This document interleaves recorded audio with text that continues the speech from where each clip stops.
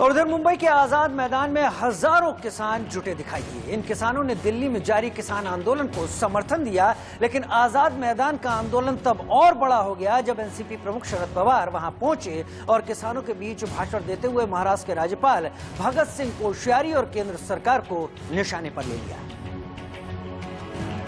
लेकिन इससे पहले दिल्ली के किसान आंदोलन को समर्थन देने के लिए मुंबई के आजाद मैदान में महाराष्ट्र के हजारों किसान रविवार से ही डेरा डाले बैठे थे।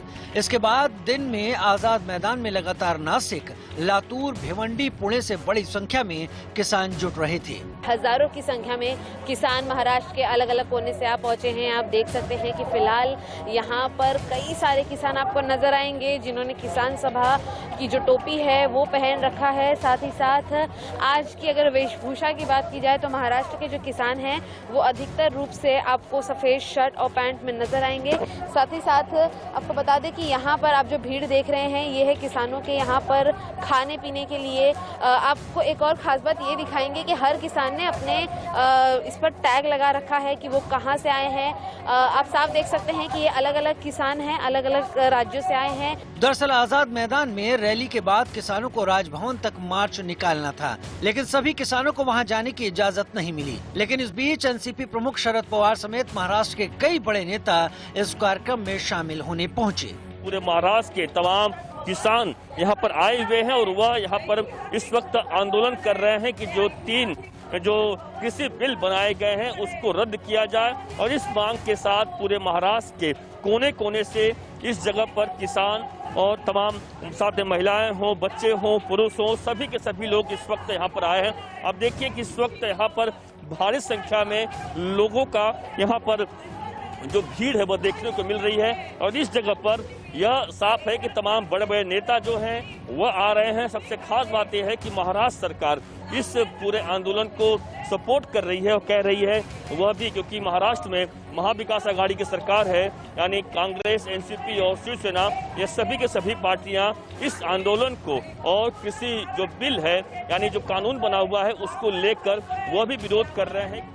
इस दौरान मंच से शरद पवार ने कृषि कानून के मसले पर केंद्र को घेरते हुए कहा कि इन कानूनों को बिना चर्चा के पास किया गया है, जो संविधान के साथ मजाक है। इतना ही नहीं, शरद पवार ने कहा कि राज्यपाल के पास कंगना रनौत से मिलने का वक्त है, लेकिन आंदोलन कर रहे किसानों से मिलने का वक्त नहीं है। महाराष्ट्राच्या इतिहासात आम्हाला असले राज्यपाल भेटले।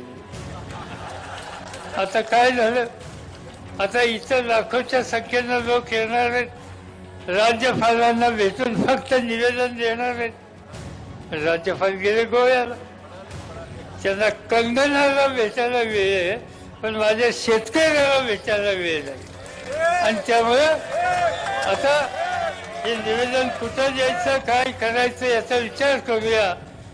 पण राज्याच्या राज्यपालाची ही नैतिक जबाबदारी होती की त्या राज्यातला कष्टकरी अन्नदाता या ठिकाणी फक्त निवेदन देण्यासाठी तुमच्याकडे येतोय। खरं म्हणजे तर त्यांनी सामोरं जायला पाहिजे होतं। वहीं शिवसेना सांसद संजय राउत ने केंद्र सरकार पर निशाना साधते हुए कहा कि सरकार मामले की गंभीरता को समझती तो वो एक के बाद एक मीटिंग के दौर नहीं रखती। दिल्ली के बॉर्डर पर डट कर लड़ रहा है और राउंड पे राउंड चर्चा चल रही है, जैसे कोई नया कीर्तिमान प्रस्थापित करने जा रहे हैं। जैसे मैंने कहा कि 10वां राउंड चल रहा है, 15वां राउंड चल रहा है, ये क्या ओलंपिक गेम चल रहा है या एशियाटिक गेम चल रहा है। देखिए, किसानों का अगर मामला है, उनकी मांगे सही है, आप मानते हो तो पहले राउंड में ही आप उनको न्याय देना चाहिए या उनसे बातचीत करनी चाहिए, लेकिन ये नहीं हो रहा है। लगता है कोई चाहता है, कोई अदृश्य शक्ति है, वो चाहते हैं कि किसानों को न्याय न मिले, इस देश में अस्थिरता और अशांतता का माहौल बन जाए। उधर बीजेपी नेता और पूर्व सीएम देवेंद्र फडणवीस ने दावा किया कि एनसीपी ने 2006 में कॉन्ट्रैक्ट फार्मिंग को मंजूरी दी। ऐसे में अगर अब केंद्र भी यही कानून लाया है तो बुराई क्या है? विपक्ष को इस दोहरेपन पर जवाब देना चाहिए।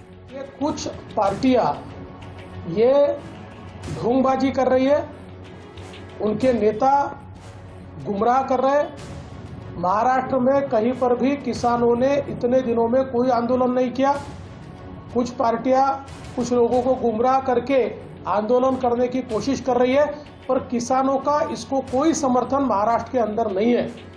और मैं तो पूछना चाहता हूँ, कांग्रेस एनसीपी ने 2006 में महाराष्ट्र में जो कंत्राटी खेती है उसको मान्यता दी, कॉन्ट्रैक्ट फार्मिंग को मान्यता दी, तब से लेकर आज तक महाराष्ट्र में कॉन्ट्रैक्ट फार्मिंग चल रहा है।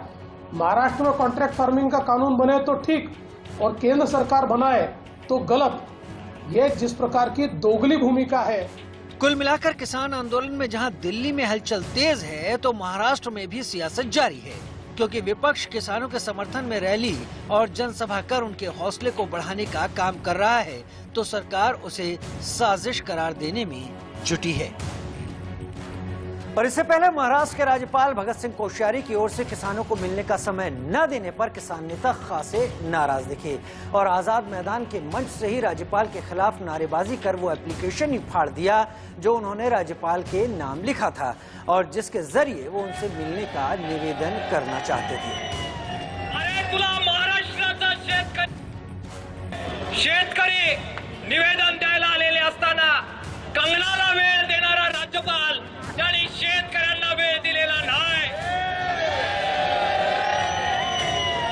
अरे तुला महाराष्ट्राचा शेतकरी माहित नाही, तुझा हा उत्तमपणा इतर राज्यात चालेल, महाराष्ट्रात चालणार नाही।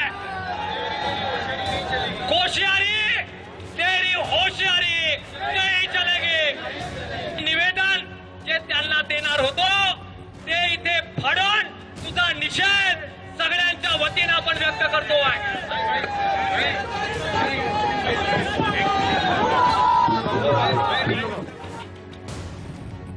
इधर 26 जनवरी को दिल्ली के अलग अलग बॉर्डर पर ट्रैक्टर रैली निकालने वाले किसान नेताओं ने बड़ा ऐलान किया। किसान संगठनों का कहना है कि अगर सरकार तीनों कृषि कानून वापस नहीं लेती तो 1 फरवरी को संसद भवन तक पैदल मार्च करेंगे।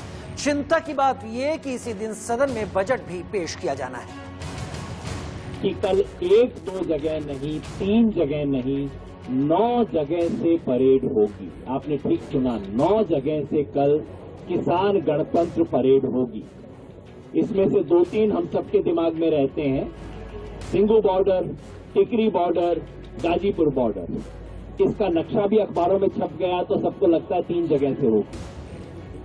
दिल्ली बॉर्डर पे 2 और जगह हैं, एक झांसा बॉर्डर और दूसरा चिल्ला बॉर्डर।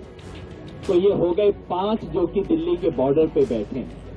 उसके अलावा 4 और जगह हो रहा है जो कि हरियाणा के बॉर्डर पे हैं, हरियाणा राजस्थान, हरियाणा यूपी बॉर्डर पे बैठे हुए हैं।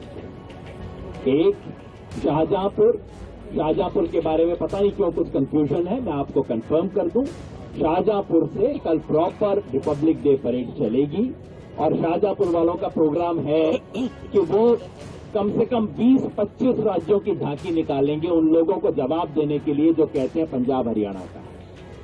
शाहजहांपुर के नजदीक मसानी बराज पे हमारे कई साथी बैठे हैं, वो भी परेड करेंगे, उनके लिए रूट बना है बिल्कुल। इसके अलावा पलवल से हमारे साथी बदरपुर तक आएंगे, उनके लिए अलग रूट बन गया है। और हरियाणा का नूह जिला जो है मसानी, उसके पास सुनेड़ा बॉर्डर है, सुनेड़ा बॉर्डर से भी लोग आएंगे और वो अपने जिले के अंदर करेंगे। तो कुल 9 जगह पे कल ये रिपब्लिक डे परेड होगी। क्लैरिफाई कर दूं, देखिए दिल्ली में कम से कम दर्जनों प्रोटेस्ट जो हमने किए हैं, आज तक कभी हमें नो ऑब्जेक्शन पुलिस की तरफ से रिटर्न नहीं मिला। पुलिस बस आखिर में इशारा कर देती है कर लो, मगर पहली बार हमारे पास ऑफिशियल नो ऑब्जेक्शन लेटर है। सर जरा दिखा दो, बिल्कुल officially no objection Delhi police ने लिख के दिया है, जिसका मतलब है कि इसके सारे अरेंजमेंट करना सिक्योरिटी रिलेटेड और इमरजेंसी रिलेटेड दिल्ली पुलिस की रेस्पॉन्सिबिलिटी। ये उन्होंने खुद बोला था मीटिंग के अंदर कि हम करना चाहते हैं ताकि हमारी रेस्पॉन्सिबिलिटी हो, तो बिल्कुल ऑफिशियल है। कल देश के बाकी हिस्सों में जैसे बॉम्बे है, बेंगलोर है, ऐसे ही दूसरे प्रांतों के कैपिटल्स में या बड़े शहरों में ये रिपब्लिक परेड बड़े पैमाने पर होने जा रही है। एक बात। नेक्स्ट बात ये है कि जैसे बड़े पैमाने पर 150,000 से ज्यादा 1.5 लाख से ज्यादा ट्रैक्टर आए हैं, यूथ आया है बहुत बड़े पैमाने पे। जब पार्लियामेंट सेशन बैठने जा रहा है, उस सेशन के दौरान बहुत सारे प्रोग्राम करेंगे, ये प्रोग्राम जारी रहेंगे, लेकिन 1 तारीख सोमवार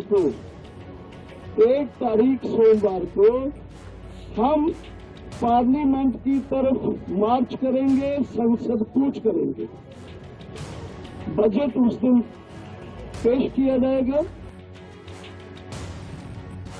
हालांकि ट्रैक्टर परेड को पुलिस की मंजूरी मिलने के बाद अब इसकी सुरक्षा व्यवस्था को लेकर मंथन किया जा रहा है। पुलिस की तरफ से खबर कि 5000 ट्रैक्टर और 5000 लोगों को ही प्रदर्शन में शामिल होने की इजाजत दी गई है, लेकिन सिंघू बॉर्डर पर ही 20,000 से ज्यादा ट्रैक्टर मौजूद हैं। उधर परेड के रूट को लेकर सस्पेंस बना हुआ है। सूत्रों के मुताबिक किसान की ट्रैक्टर रैली टीकरी, सिंघू और गाजीपुर बॉर्डर से दिल्ली में एंट्री करेगी। वहीं टीकरी बॉर्डर से 63 से 64 किलोमीटर, सिंघू बॉर्डर से 62 से 63 किलोमीटर ट्रैक्टर रैली का रूट तय किया गया है, जबकि गाजीपुर बॉर्डर में 46 किलोमीटर का ट्रैक्टर रैली का रूट तय किया गया है।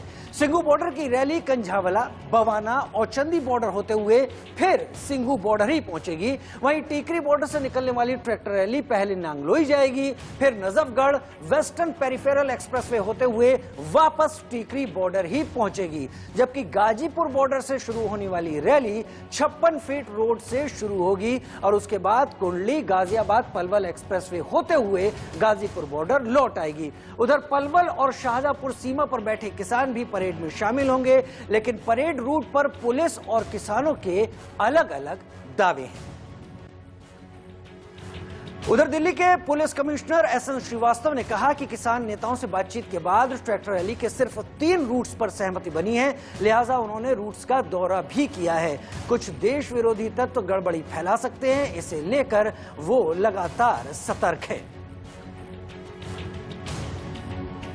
हमारी सभी किसान नेताओं से बात हुई और बात करने के बाद हमने रूट तय कर लिया है और हम ये मानते हैं कि दिल्ली के वासियों को हित में ध्यान रखते हुए, राष्ट्र का गौरव को ध्यान में रखते हुए वे सारे लोग, ये लोग सारे जिम्मेवार लोग हैं और हम ये समझते हैं कि वो जो बताया हुआ जो रूट है, जो म्यूचुअली अग्रीड रूट है, उस पे वो जाएंगे।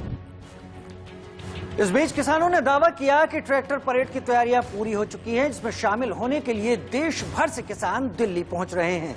किसान यूनियनों ने दावा किया कि दिल्ली में कल होने वाली परेड में करीब 2 लाख ट्रैक्टर हिस्सा लेंगे।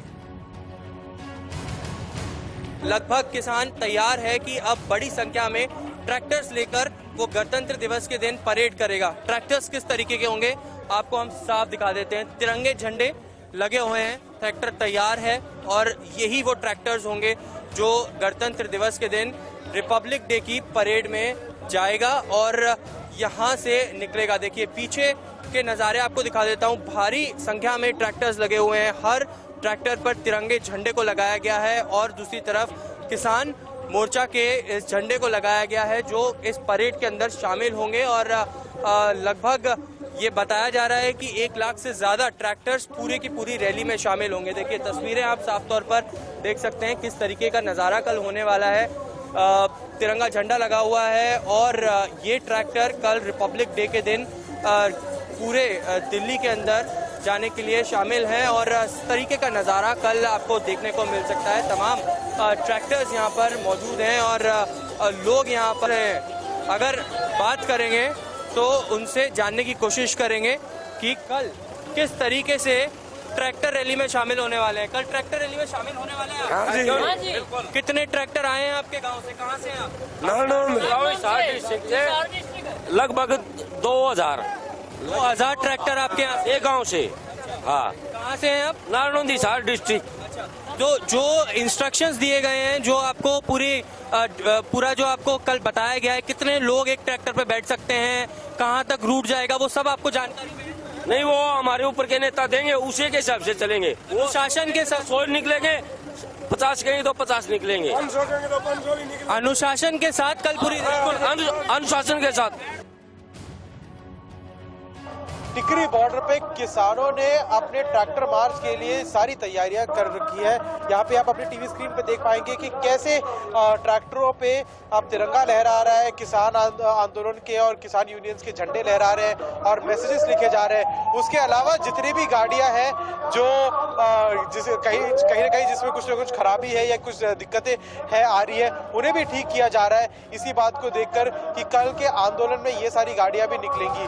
और ना सिर्फ दिल्ली के टिकरी बॉर्डर पे पर सिंघू बॉर्डर पर गाजीपुर बॉर्डर पे भी जो है वहां से भी कल के रिपब्लिक डे के मेन जो सेंट्रल दिल्ली में परेड होता है उसके बाद ये यहाँ से ट्रैक्टर परेड निकलेगा ये किसान आंदोलन का। और किसानों का कहना यही है कि इसके लिए इनकी पूरी तैयारी है और अभी तक किसानों का कहना यह है कि 12 से 13 हज़ार गाड़ियाँ निकलेगी, पर अभी तक उस बात की पुष्टि नहीं हुई है कि कितनी गाड़ियाँ हैं जिसकी अनुमति दी जाएगी दिल्ली पुलिस की तरफ से।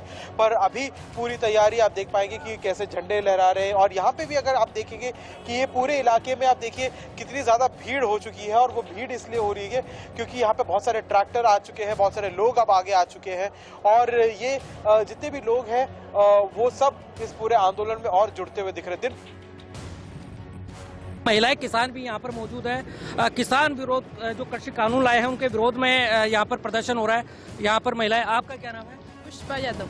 आप यहाँ पर महिला किसान के तौर पर काफी ट्रैक्टर पे यहाँ पर मौजूद है, ट्रैक्टर से यहाँ पर जयपुर जाएंगे, क्या कुछ कार्यक्रम है यहाँ पे? ये जो हमारी दिक्कत है किस खेती के बारे में वो पूरी हो जाए उसके बारे में।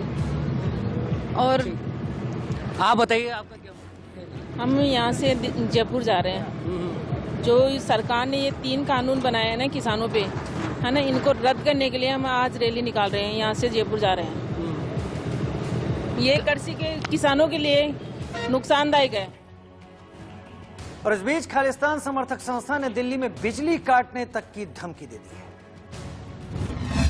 खालिस्तान समर्थक संस्था सिख फॉर जस्टिस ने सोशल मीडिया पर 25 और 26 जनवरी को दिल्ली में बिजली कट करने की धमकी दी।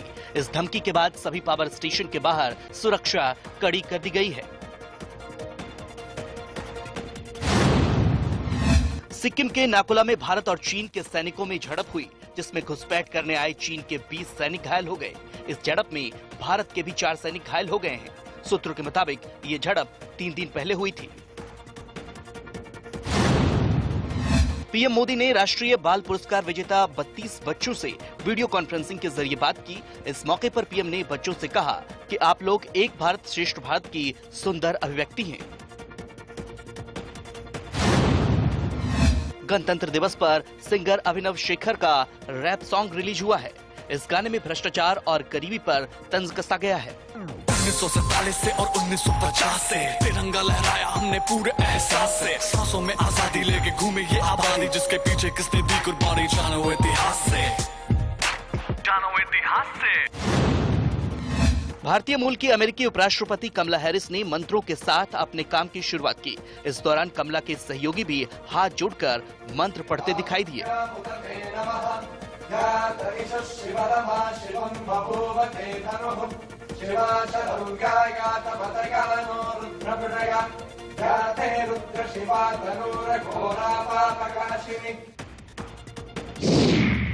कारोबारी सप्ताह के पहले दिन सोमवार को बाजार भारी गिरावट के साथ बंद हुआ। सेंसेक्स 530 अंक लुढ़ककर 48,347 पर बंद हुआ। वहीं निफ्टी 133 अंक नीचे 14,238 पर बंद हुआ।